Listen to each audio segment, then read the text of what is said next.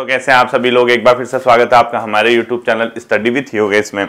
Uttarakhand British शासन आज and आपका हो जाएगा। इसमें भू राजस्व व्यवस्था और सर हेनरी रैमजे के कार्यकाल के बारे में हम महत्वपूर्ण तथ्य देखेंगे। इसके तुरंत बाद विंसर ईयर बुक कवर किया जाएगा और उत्तराखंड कल्चर, यानी जो नेक्स्ट वीक है बच्चों, उस वीक में आपके बहुत इंपॉर्टेंट क्लासेज आएंगी और उसको मैं आपसे ये कहूंगा कि जरूर देखिएगा। ऐसा नहीं कि यार देख लेंगे, होता रहेगा, चलता रहेगा। इसी के साथ एक चीज और आप लोगों से कहूंगा, जो भी सेशन आपके समझ नहीं आ रहा, यानी जो आपका जीएस का सिलेबस है, जो स्पेशली ग्रुप सी की तैयारी करते हैं, जो जीएस का सिलेबस आपको नहीं आ रहा या आपको मतलब टफ लगता है, कोई भी सेशन कमेंट सेक्शन में जरूर बता दीजिए, क्योंकि कमेंट सेक्शन में बताओगे तो एक आइडिया रहता है कि यार हाँ कौन सी चीजें कवर करनी। क्योंकि कई बच्चे ऐसे हैं पुरानी चीजें देखना पसंद नहीं कर रहे, जो पहले कराई है उन्हें नया ही चाहिए सब कुछ। तो आप लोग मुझे जरूर कॉमेंट सेक्शन में बता दीजिएगा, ठीक है। आज हमारा जो ब्रिटिश शासन है बच्चों, इसमें हेनरी रैमजे का कार्यकाल हम डालेंगे। तो इसमें लिखो हेनरी रैमजे, ठीक है, हेनरी रैमजे, यानी हेनरी रैमजे के कार्यकाल के बारे में हम लोग पढ़ेंगे, ठीक है। ये बच्चों लगभग 1856 यानी 1856 से लेके आपका 1884 तक अपना शासन करते हैं, ठीक है। यानी 1856 से 1854 एक काफी लंबा इनका टाइम पीरियड रहता है, यानी लगभग पूरे 28 वर्ष तक इन्होंने यहाँ पे क्या किया, रूल किया। तो अगर आप देखेंगे एक जो कार्यकाल है ट्रेल और इन्हीं के कार्यकाल यहाँ पे काफी लंबे देखने को मिलते हैं। बाकी जितने भी इनके कमिश्नर हुआ करते थे या अपने आप में जो कुमाऊं और गढ़वाल के कमिश्नर थे, उनके बहुत ज्यादा टाइम पीरियड नहीं था, 8 से 5 साल 6 साल इस टाइप का, ठीक है। हेनरी रैमजे के बारे में कहा जाता है बच्चों कि सर्वाधिक लोकप्रिय कुमाऊं के राजा, कुमाऊं के बेताज बादशाह के नाम से जाने जाते थे। यानी जितने भी कमिश्नर हुए उनमें सबसे ज्यादा लोकप्रिय अगर कोई पूछेगा तो कौन थे, हेनरी रैमजे, यानी सर्वाधिक लोकप्रिय अपने आप में क्या थे, कमिश्नर हुआ करते थे, ठीक है। तो पहला पॉइंट लिखो, सर्वाधिक लोकप्रिय कमिश्नर थे, यानी सबसे ज्यादा अगर लोकप्रिय कमिश्नर अगर आपको पूछता है तो कौन होगा, हेनरी रैमजे। इसके अलावा इनको कुमाऊं का बेताज बादशाह भी कहा जाता था, यानी कुमाऊं के अंतर्गत इन्होंने जो अपना कमिश्नरी का जो इनका कार्यकाल था, कुमाऊं का राजा या कुमाऊं का बेताज बादशाह भी इनको कहा जाता था, ठीक है। तो लिखो कुमाऊं का राजा या बेताज बादशाह, ठीक है, राजा अब्लिक बेताज बादशाह, यानी बिना ताज का बादशाह। यानी इनका जो कार्यकाल था काफी स्वर्णिम युग माना जाता है कुमाऊं के इतिहास में। तो कुमाऊं का मतलब कुमाऊं का राजा या बेताज बादशाह भी इनको कहा जाता था, ठीक है। सन 1857 का जो विद्रोह हुआ था बच्चों, 1857 की जो क्रांति थी, उस समय कुमाऊं कमिश्नर अगर कोई था तो वो थे हेनरी रैमजे, ठीक है। तो अगला पॉइंट लिखो, 1857 यानी 1857 के विद्रोह के समय कुमाऊं कमिश्नर थे, ठीक है। लिखो 1857 के विद्रोह के समय क्या थे, कमिश्नर, ठीक है। यानी 1857 का विद्रोह इन्हीं के समय में हुआ था जब ये कुमाऊं कमिश्नर थे, यानी विद्रोह के समय कुमाऊं के कमिश्नर थे, लिख लो। और इनकी कुशलता के कारण यहाँ विद्रोह उतना ज्यादा नहीं हुआ, ठीक है। क्योंकि जो ये जब इनका कार्यकाल था, जैसे आप विद्रोह देखोगे 1857 का या 1857 की क्रांति देखोगे, कुमाऊं के क्षेत्र में उसका बहुत ज्यादा प्रभाव नहीं पड़ा। उसके कारण यही माना जाता है कि हेनरी रैमजे ने जो अपना प्रशासनिक और जो अपने आप में जो एडमिनिस्ट्रेटिव उनका स्किल था या चीजों को मैनेज करने का जो तरीका था, वो काफी शानदार रहा था, जिस वजह से यहाँ पे विद्रोह उतना अधिक नहीं हुआ। तो 1857 के समय ये विद्रोह थे, ठीक है। इन्होंने क्या किया बच्चों, कुष्ठ रोगियों पर ध्यान दिया और कुष्ठ रोगियों के निदान हेतु या उनके उपचार हेतु कुष्ठ आश्रम और चिकित्सालय की स्थापना इन्होंने 1854 में अल्मोड़ा में की, ठीक है। तो लिखो कुष्ठ चिकित्सालय, कुष्ठ आश्रम व चिकित्सालय, यानी इनके द्वारा क्या किया गया बच्चों, कुष्ठ आश्रम व कुष्ठ चिकित्सालय की स्थापना की गई 1856 में अल्मोड़ा में। यानी कहीं ना कहीं इनका जो टाइम था, इन्होंने क्या किया, कुष्ठ रोगियों के निदान हेतु या उनके उपचार हेतु कुष्ठ आश्रम या कुष्ठ चिकित्सालय की स्थापना अल्मोड़ा में की थी 1856 में, ठीक। इनके समय में बच्चों जो तराई का क्षेत्र है या जो मैदानी क्षेत्र है, वहां पर भू व्यवस्था तथा नहरों का जाल फैला था, ठीक है। जो इनका समय था, इनका जो तराई का जो क्षेत्र था, यानी आप हल्द्वानी से बाहर आएंगे, उधम सिंह नगर, काशीपुर, रामनगर, इन क्षेत्रों में इन्होंने क्या किया बच्चों, नहरों का जाल फैलाया था सिंचाई कार्य के लिए। और इनके समय में सड़कों का भी जाल फैला था, यानी अपने आप में भू व्यवस्था तथा नहरों का जाल इन्हीं के कार्यकाल में फैला था, ठीक है। लिखो काफी ज्यादा, ठीक है। लिखो तराई क्षेत्र में भू व्यवस्था प्लस नहरों का जाल, कैनाल, ठीक है, नहरों का जाल फैला था इनके कार्यकाल में। इनके द्वारा क्या किया गया बच्चों, जो सड़क निर्माण है या अपने आप में पुलों का निर्माण है, उसकी निर्माण के लिए एक तराई इंप्रूवमेंट फंड की भी क्या की गई थी, स्थापना की गई थी, ठीक है। एक फंड बनाया था इनने जिससे पैसा निकाला गया था, तराई इंप्रूवमेंट फंड, लिखो इंप्रूवमेंट फंड, ठीक है, तराई इंप्रूवमेंट फंड की स्थापना इन्होंने की। और इसका मुख्य कारण क्या था, सड़क और पुल निर्माण हेतु, सड़क व पुल निर्माण हेतु 1883 के आसपास की घटना है, ठीक है। यानी तराई इंप्रूवमेंट फंड किसके कार्यकाल से संबंधित अगर पूछता है तो हेनरी रैमजे के कार्यकाल से है, और इनके द्वारा ये सड़क व पुलों के निर्माण हेतु इसकी स्थापना की, ठीक है। इनके समय में अनेक स्कूलों की स्थापना हुई बच्चों, जैसे आप शेरवुड कॉलेज, ये कॉलेज, वो कॉलेज, ये स्कूल, वो स्कूल देखते हैं ना आप, तो ये मैक्सिमम स्कूल जो थे हेनरी रैमजे के कार्यकाल में हुए थे। तो लिखो इनके कार्यकाल में शिक्षा के क्षेत्र में अत्यधिक प्रगति की गई तथा अनेक स्कूलों की स्थापना की गई थी। यानी शिक्षा की प्रगति इसमें ज्यादा हुई थी तथा अनेक स्कूल स्थापित किए गए थे, तथा अनेक स्कूल क्या किए गए थे, स्थापित किए गए थे, ठीक है। जैसे ही लिख दो, जैसे पूरे नाम लिख रहे हैं। अब ईयर वगैरह कई लोग पहले क्या पढ़ते थे ना, ये स्कूल कब बना, ये स्कूल कब बना, ये स्कूल, उसके ईयर देख के कोई फायदा नहीं, अब नहीं आता बच्चों। एक आध क्वेश्चन आएगा तो आएगा, छोड़ना तो उसको पड़ेगा ही, फिर अनावश्यक चीजें नहीं पढ़ते हैं, ठीक है।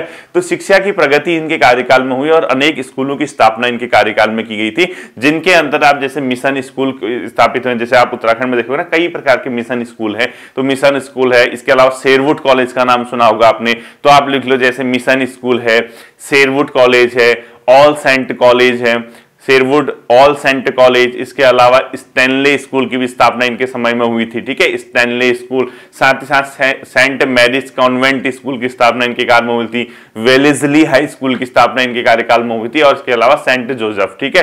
यानी सेंट जोसेफ से लेके शेरवुड कॉलेज या जो मिशन कॉलेज, या इसके अलावा जो अपने आप में आता है क्या स्टैनले स्कूल, या अपने आप में ऑल सेंट कॉलेज, ये सब इन्हीं के समय में स्थापित हुए थे। तो अनेक स्कूलों के अंदर में मेन स्कूल की स्थापना के आप लोग क्या लिख लीजिए, जो मतलब कौन कौन से स्कूल इनके समय में बने थे, ठीक है। इनके समय में बच्चों जो ईसाई धर्म है उसके लिए भारत यानी प्रथम, यानी भारत का मेथोडिस्ट चर्च की स्थापना पादरी विलियम बटलर जो थे उसके उस समय थे नैनीताल में की गई थी। तो लिखो प्रथम मेथोडिस्ट चर्च की स्थापना, प्रथम, इंडिया का भी प्रथम था, ठीक है, प्रथम मेथोडिस्ट, क्या होता है पढ़ लेना नेट में, ठीक है। प्रथम मेथोडिस्ट चर्च की स्थापना इनके समय में कहां पे की गई थी बच्चों, नैनीताल में। कहां की गई थी, नैनीताल में। यानी पहले मेथोडिस्ट चर्च की स्थापना नैनीताल में इनके समय में हुई थी, और ये घटना है बच्चों 1858 ईस्वी के आसपास, ठीक है, 1858 के आसपास प्रथम मेथोडिस्ट चर्च की स्थापना इनके समय में हुई थी, हेनरी रैमजे, ठीक। इसके अलावा बच्चों उत्तराखंड का पहला आपदा प्रबंधन यानी जो डिजास्टर मैनेजमेंट का पहला कार्य उत्तराखंड में हुआ था वो हेनरी रैमजे के कार्यकाल में हुआ था। तो अगला पॉइंट लिखो, उत्तराखंड में पहला आपदा प्रबंधन का कार्य, उत्तराखंड में पहला आपदा प्रबंधन कार्य इन्हीं के कार्य में हुआ था, ठीक है। आपदा प्रबंधन कार्य यानी जो अपने आप में डिजास्टर मैनेजमेंट का पहला कार्य हुआ था उत्तराखंड में, पहला आपदा प्रबंधन कार्य किसके समय में हुआ था, sir Henry Ramsay. Henry Ramsay के कार्य में प्रथम आपदा मैनेजमेंट यानी डिजास्टर मैनेजमेंट का कार्य इन्हीं के कार्यकाल में हुआ था, ठीक है। नैनीताल की जो झील है बच्चों, उस झील पर नालियों से जल निकासी का कार्य भी इन्होंने किया था, ठीक है। जो नैनीताल की झील है वहां से अब क्योंकि झील है अब जल तो निकासी करनी पड़ेगी ना, फ्रेश वाटर, तभी तो उसमें चलता रहेगा। तो झील से नहरों के माध्यम से जल निकासी का कार्य इनके द्वारा किया गया था। तो अगला पॉइंट लिखो, नैनीताल झील पर नालियों से जल निकासी का कार्य इनके समय में हुआ था, ठीक है। लिखो नैनीताल झील पर, नैनीताल झील पर नालियों से जल निकासी कार्य, नालियों से जल निकासी का कार्य, ठीक है, नालियों से जल निकासी का कार्य इन्हीं के कार्यकाल में हुआ था, यानी हेनरी रैमजे के कार्यकाल में ये हुआ था, ठीक। अगला आपको पता होना चाहिए कि जब इन्होंने 1857 के विद्रोह में अभूतपूर्व अपने आप में क्या किया था, परिचय दिया था, एक प्रशासनिक स्किल इसके समय में हुई थी, ये मैंने आपको बताया था। ठीक है, इन्होंने क्या किया बच्चों, वनों का भी संरक्षण किया, क्योंकि ये कमिश्नर से पहले क्या थे बच्चों, फॉरेस्ट कंजर्वेटर हुआ करते थे।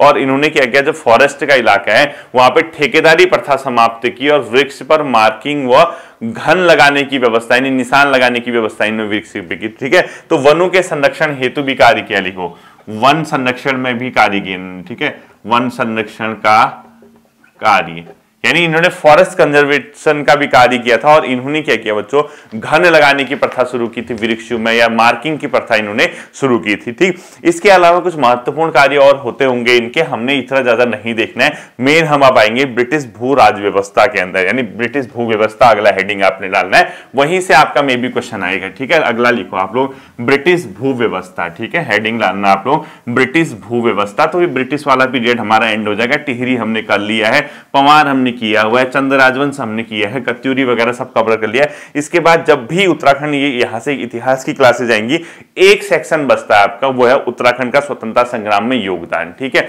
जिसमें 1857 के विद्रोह के बाद जो जो घटनाएं हुई होंगी उत्तराखंड में, वो कवर करेंगे। उसके लिए थोड़ा सा ब्रेक, ठीक है, एक आध हफ्ता ब्रेक लेंगे, नेक्स्ट वीक से इसको कवर करेंगे। आने वाले हफ्ते हम इंसर ईयरबुक और उत्तराखंड कल्चर और साथ ही साथ जीएस का जो पोर्शन है उसको कवर करने का प्रयास करेंगे। ठीक है, तो अगला हेडिंग लिखो आप भूमि प्रबंधन, ब्रिटिश भू प्रबंधन। ठीक है, ब्रिटिश भू प्रबंधन कहां पे, उत्तराखंड में। ठीक है, ब्रिटिश भू प्रबंधन, यानी ब्रिटिश का जो भू प्रबंधन है, इसको हम लोग क्या करने जा रहे हैं, अब कवर करने जा रहे हैं। ठीक, ब्रिटिश काल में जो कृषि भूमि का प्रबंधन हेतु था बच्चों, उसके लिए अंग्रेजी शासन में 1815 से 1928 तक कुल 11 बंदोबस्त हुए। ठीक है, लिखो उत्तराखंड में ब्रिटिश काल के अंतर्गत कृषि भूमि प्रबंधन हेतु उत्तराखंड में ब्रिटिश के अंतर्गत, ब्रिटिश कार्यकाल में कृषि भूमि प्रबंधन हेतु वर्ष 1815 से 1928 तक कुल 11 बंदोबस्त हुए, यानी लैंड सेटलमेंट। ठीक है, यानी 11 क्या हुए थे यहाँ पे, पर बंदोबस्त या प्रबंधन हुए थे। तो अगर कभी क्वेश्चन पूछता है कि ब्रिटिश कार्यकाल में कितने भू प्रबंधन हुए थे या ये बंदोबस्त हुए थे, 1815 से 1928 तक 11 बंदोबस्त इनके समय में हुए थे बच्चों। ठीक है, इससे इनका जो था बच्चों, क्योंकि राजाओं के काल में जो राज परिवार था वही क्या हुआ करता था, भूस्वामी का मालिक हुआ करता था और उस पर खैकर कार्य करते थे। यानी जो इससे पहले का टाइम पीरियड आपने सुना होगा, पवार, चंद, ये इनके समय में जो भूमि का मालिक था वो कौन था, राजा था। और राजा क्या करता था, जमीन में खैकर यानी किसानों से जो कमा के उसको देता था, उससे भूमि की कृषि का कार्य करवाता था, ये आपको पता होगा। ठीक है, अंग्रेजों द्वारा क्या किया गया बच्चों, भू राजस्व बढ़ाने के लिए भूमि बंदोबस्त किए गए। ठीक है, इनका मेन कारण क्या था, भूमि बंदोबस्त का कारण क्या था, लिखो अंग्रेजों द्वारा भूमि बंदोबस्त, जो लैंड सेटलमेंट था का कारण क्या था, भू राजस्व व्यवस्था को बढ़ाना। ये तो कॉमन सा है। ठीक है, भू राजस्व को बढ़ावा देना, यानी आपको जो रेवेन्यू चाहिए उसको बढ़ाने के लिए क्या किया था, भूमि बंदोबस्त इनके द्वारा किया गया था। और इनके समय में बच्चों लगान वसूल करने के लिए विभिन्न पदाधिकारी हुआ करते थे। जो अगला पॉइंट लिखो, ब्रिटिश काल में लगान वसूल करने हेतु, लगान वसूल हेतु अधिकारी, यानी इनके कार्यकाल में अनेक प्रकार के ब्रिटिश काल में जो अधिकारी हुआ करते थे, किसके लिए, लगान वसूल करने के लिए। ये आपको पता होना चाहिए। सबसे पहले आता था बच्चों असिस्टेंट कमिश्नर, उसके बाद डिप्टी कमिश्नर। ठीक है, सॉरी, पहले लिखो सहायक कमिश्नर, कमिश्नर के साथ जो सहायक कमिश्नर होगा, इसके नीचे होता था डिप्टी कमिश्नर, डिप्टी कमिश्नर। ठीक है, यानी सबसे ऊपर सहायक कमिश्नर, मतलब कमिश्नर के बाद सहायक कमिश्नर, डिप्टी कमिश्नर। इसके अलावा जो तहसीलदार, कानूनगो, पटवारी, जो अभी भी चलता है। ठीक है, तहसीलदार, ठीक है, कानूनगो। ठीक है, इसके बाद नीचे ना लिख के यहां लिख रहा हूं। ठीक है, ध्यान देखना, इधर लिख दिया पटवारी।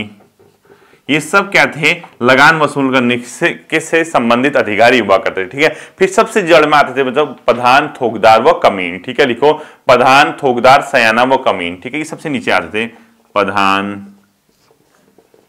थोकदार, सयाना होया कमीन। ठीक है, ये सब आया करते थे ब्रिटिश काल में, विभिन्न प्रकार के अधिकारी हुआ करते थे जो क्या करते थे, लैंड रेवेन्यू यानी भू राजस्व को क्या करते थे, वसूल करने का कार्य करते थे, उससे संबंधित हुआ करते थे। ठीक है, जो पहला बंदोबस्त हुआ बच्चों 1815 में गार्डनर के समय में हुआ था। ध्यान रखना, लिखो पहला भू बंदोबस्त,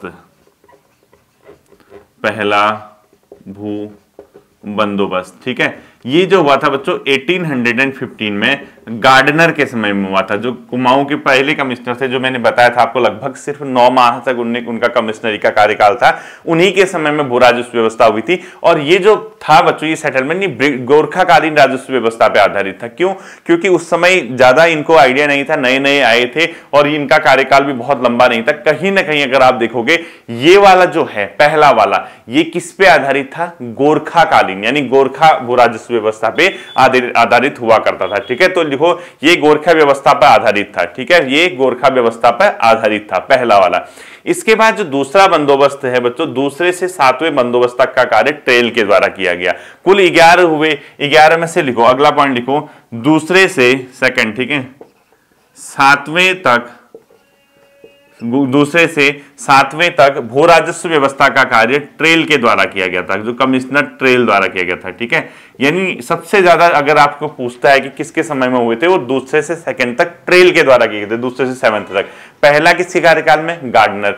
दूसरे से 7वें तक किसके कार्यकाल में भू राजस्व व्यवस्था इसमें हुई थी, वो ट्रेल के द्वारा हुई थी बच्चों, जो अपने आप में भू प्रबंधन है। ठीक है, अब जो पहला, दूसरा और तीसरा बंदोबस्त था बच्चों, वो सही तरीके से जोत भूमि व नापजोक का पता नहीं चल पाया। यानी पहले, दूसरे और तीसरे भू राजस्व व्यवस्था में कितना जोत भूमि है, यानी कितनी भूमि को जोतना है, उसका नापजोक सही तरीके से हो ही नहीं पाया था। ठीक है, यानी इसलिए वो क्या होगा बच्चों, ज्यादा सफल नहीं हुआ था। ठीक है, ट्रेल के द्वारा पहले क्या किया गया था, जो एक एक वर्ष हेतु बंदोबस्त किया गया था, 1 साल तक इतना हम मानेंगे ये वाली जोत भूमि होगी, तो एक एक साल के लिए वो करता था, और बाद में उसने 3 वर्षों के लिए भी किया गया, जो अधिक सफल नहीं हुआ था। ठीक है, तो लिखो पहला, दूसरा व तीसरा भू बंदोबस्त, पहला, पूरा लिखना, पहला, दूसरा व तीसरा भूमि बंदोबस्त, पहला, दूसरा व तीसरा भूमि बंदोबस्त अधिक सफल नहीं हो सका,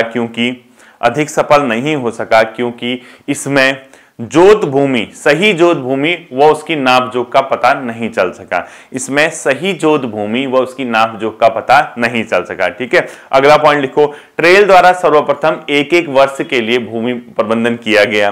ट्रेल द्वारा प्रारंभ में एक एक वर्ष हेतु भूमि प्रबंधन किया गया, किंतु बाद में इसे 3 वर्ष भी किया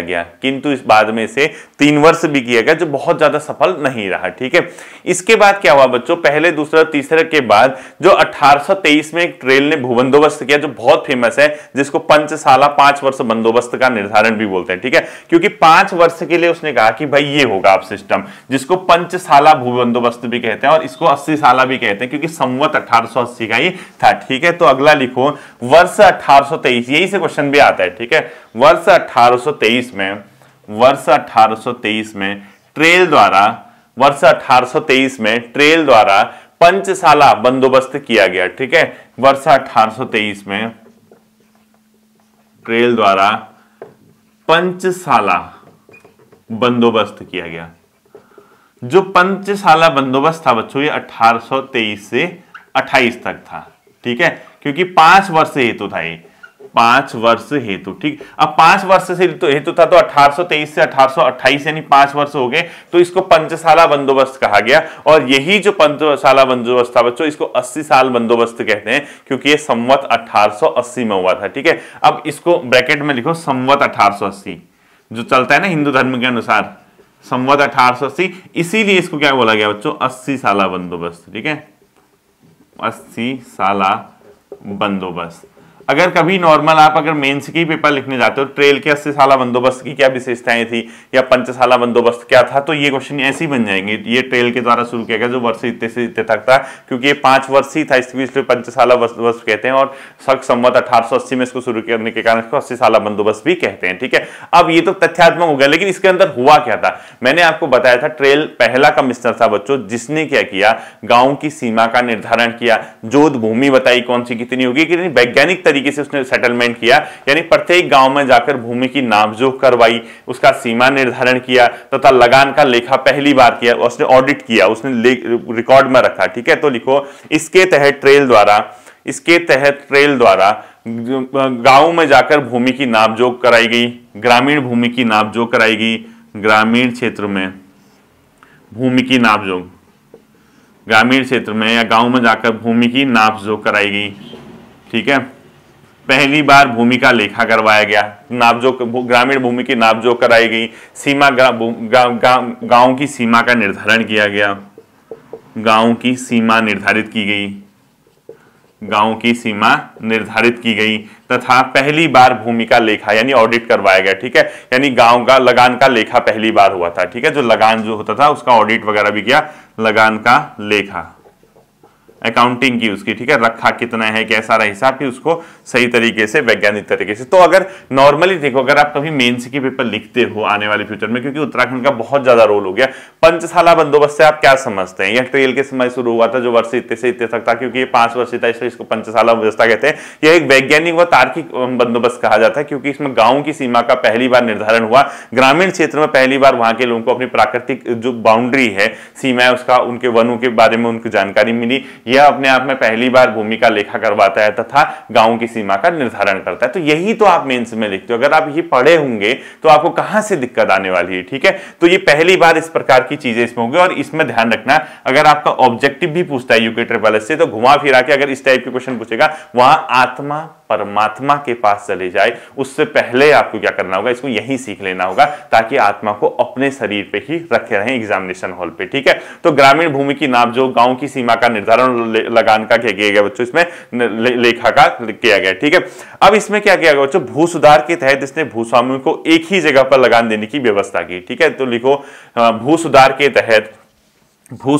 तहत ट्रेल द्वारा भूस्वामियों को एक ही जगह पे, ट्रेल द्वारा भूस्वामियों को एक ही जगह पे लगान देने की व्यवस्था। पहले अलग अलग जगह, ठीक है, अब जैसे वहां जमीन होगी वहां अलग, वहां का जमींदार अलग, इधर का अलग। तो इसने इस चीज को सुधारते हुए कहा, जिसकी जमीन जहां जहां भी, कोई बात नहीं, आप एक जगह लगान दो। ठीक है, लिखो भू सुधार के तहत भूस्वामियों को एक ही जगह लगान देने की व्यवस्था, लगान देने की व्यवस्था। ये भी ध्यान रखना कि इसने भू सुधार के तहत क्या किया बच्चों, भूस्वामियों से कहा आप एक ही जगह पे क्या दो, इसका भूमि का लगान दो। ठीक है, इसके बाद बच्चों 5वां, 6वां और 7वां तो क्योंकि मैंने बता दिया ट्रेल के समय में ही हुआ था, उसमें से 6ठे को तरमीम बंदोबस्त कहते हैं। ठीक है, लिखो 6ठा भूमि बंदोबस्त तरमीम बंदोबस्त कहलाता है, तरमीम बंदोबस्त भी कहते हैं। ठीक है, तरमीम बंदोबस्त, इतना नहीं पढ़ना है क्या है कैसा है। तो 6ठा बंदोबस्त जो है बच्चों तरमीम बंदोबस्त के नाम से भी जाना जाता है।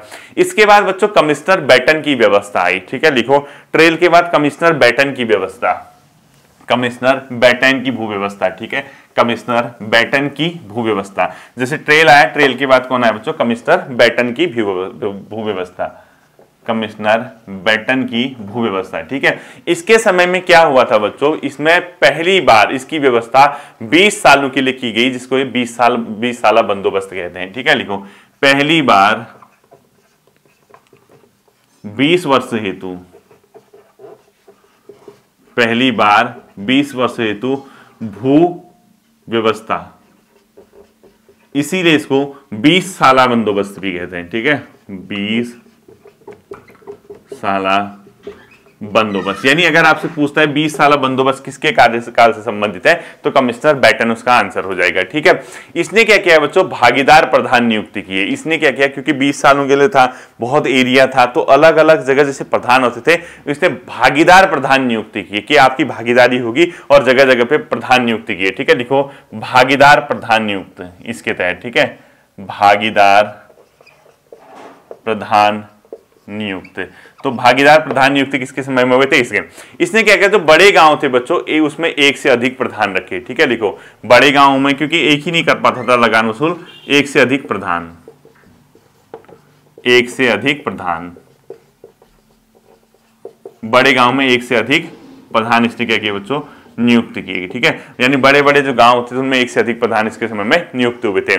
इसने क्या किया बच्चों, जहां खेकर था वहां पे क्या कहते हो, प्रधान हस्तक्षेप नहीं कर पाता था। यानी जहां पे खैकर लोग होते थे वहां प्रधान, क्योंकि खैकर पहले से थे, वहां प्रधान हस्तक्षेप नहीं कर पाते थे, वहां पे क्या भागीदारों से सरकार का हिस्सा लिया था। तो वो ये वाला पॉइंट छोड़ देते हैं, ठीक है, ज्यादा इंपॉर्टेंट नहीं। इसने क्या किया बच्चों, नए आबाद गांव में, जो नए नए आबाद गांव हो रहे थे, वहां पर गांव में मालिक जिसने भूमि किसी को दी है उसके अधिकार खत्म कर देते थे, ठीक है। जैसे पहले गांव बंजर पड़ गए थे, तो बंजर गांव में भूमि किसी ने किसी को दी होगी, तो अगर इसने आबाद कर दिए तो वो जिसने भूमि को दे रखा था, यानी जो मालिक था, जो बाहर सेटल हो गया था, उसके अधिकार ही खत्म कर दिए, ठीक है। लिखो, नए आबाद गांव में इसने, नए आबाद गांव में इसने, नए आबाद गांव में इसने, पूरा लिखना है, ठीक है। नए आबाद गांव में इसने मालिक जिसने भूमि किसी को दी है उसके अधिकार खत्म। नए आबाद गांव में मालिक के भू अधिकार खत्म। नए आबाद गांव में मालिक के भू अधिकार इसने खत्म कर दिए, ठीक है। मालिक के भू अधिकार खत्म कर दिए इसने, ठीक है। अब मालिक के भू अधिकार खत्म मतलब, क्योंकि मालिक नए आबाद था, पहले बंजर पड़ा था, मालिक बाहर चला गया, तो उसकी जगह उसके अधिकार ही खत्म इसने कर दिए, ठीक है। इसके अलावा बच्चों इसने क्या किया, जो नया आबाद भूमि पर स्थायी संपत्ति खरीदने वालों के भी अधिकार खत्म कर दिए, ठीक है। यानी जो नए आबाद, ये तो छोड़ दो, ऐसे इंपॉर्टेंट क्वेश्चन नहीं है। अगला लिखो आप, प्रधान का पारिश्रमिक कौन देता था। जो प्रधान थे, ये भूमि या धन यानी गांव द्वारा तय होता था, ठीक है। लिखो, प्रधान को पारिश्रमिक कौन देता था इसके समय में, उसका जो हिस्सा होता था, प्रधान को पारिश्रमिक, ठीक है। ये किस रूप में मिलता था, धन या भूमि के रूप में मिलता था। और उसके ब्रैकेट में लिखो, गांव द्वारा निर्धारित। जो ग्रामीण क्षेत्र थे बच्चों, वो तय करते थे कि कितना देना है करके, ठीक है। गांव द्वारा तय होता था, प्रधान को राइट जो होता था, ठीक है, गांव द्वारा तय किया जाता था। इसके अलावा बेटन का जो बच्चों लगान फॉर्मूला था, इसने क्या किया था, उस गांव के निवासियों की जो संख्या होगी, ठीक, और आय के जो स्रोत होंगे और जोती गई भूमि और उनकी संपत्ति पे आधारित होगा, ठीक है। तो लिखो, बेटन द्वारा लगान निर्धारण कैसे किया गया था, किन फॉर्मूले पे आधारित था। बेटन द्वारा लगान निर्धारण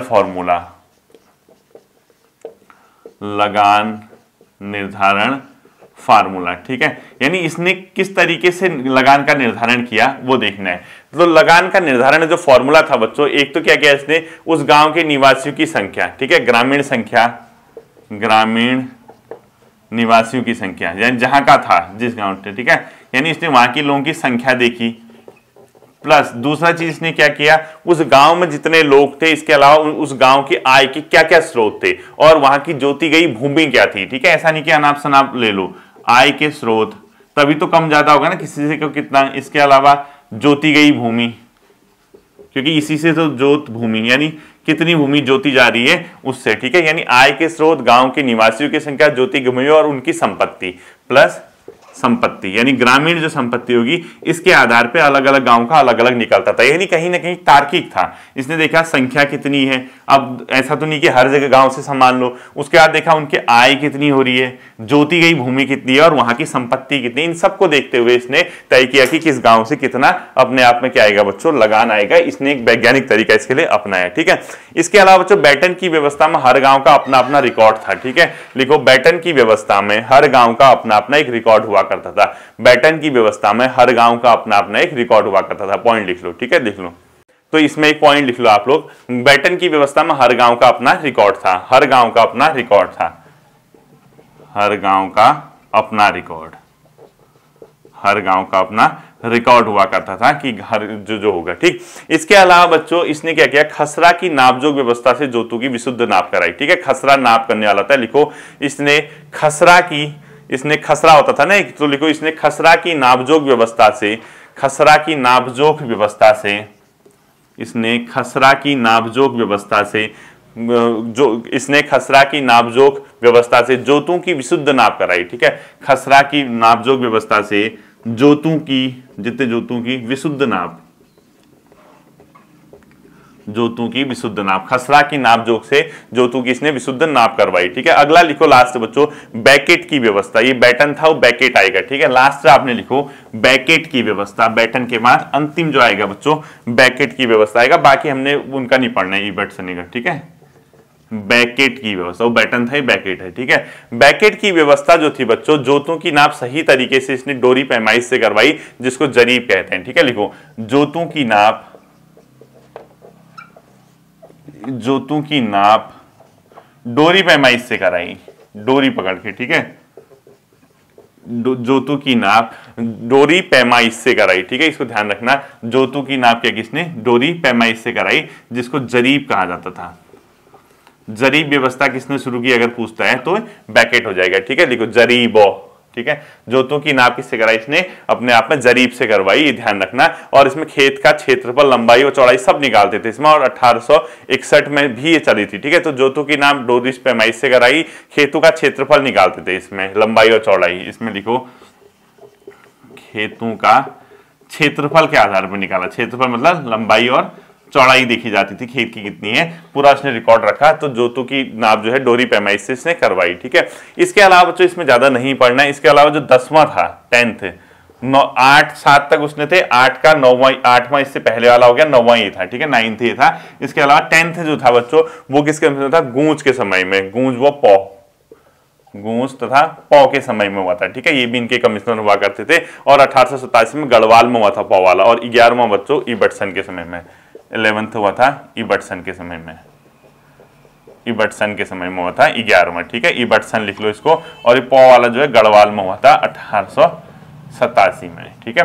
ये था बच्चों मेन भू सेटलमेंट का पोर्शन आपका जो इनके समय में हुआ था। तो भूमि प्रबंधन भी आपका कंप्लीट हो गया। इसी के साथ ब्रिटिश या मध्यकालीन इतिहास आपका खत्म हो गया, जो फाउंडेशन क्लास है। इसके बाद नेक्स्ट क्लास में हम उत्तराखंड कल्चर के साथ आएंगे या विंसर ईयर बुक के साथ आएंगे। साथ ही साथ आपसे रिक्वेस्ट है जीएस की जो टॉपिक आपको पढ़ने वो कॉमेंट सेक्शन में जरूर बताइएगा। फिर मिलते हैं अगले सेशन पर, अपना ध्यान रखिएगा। Thank you.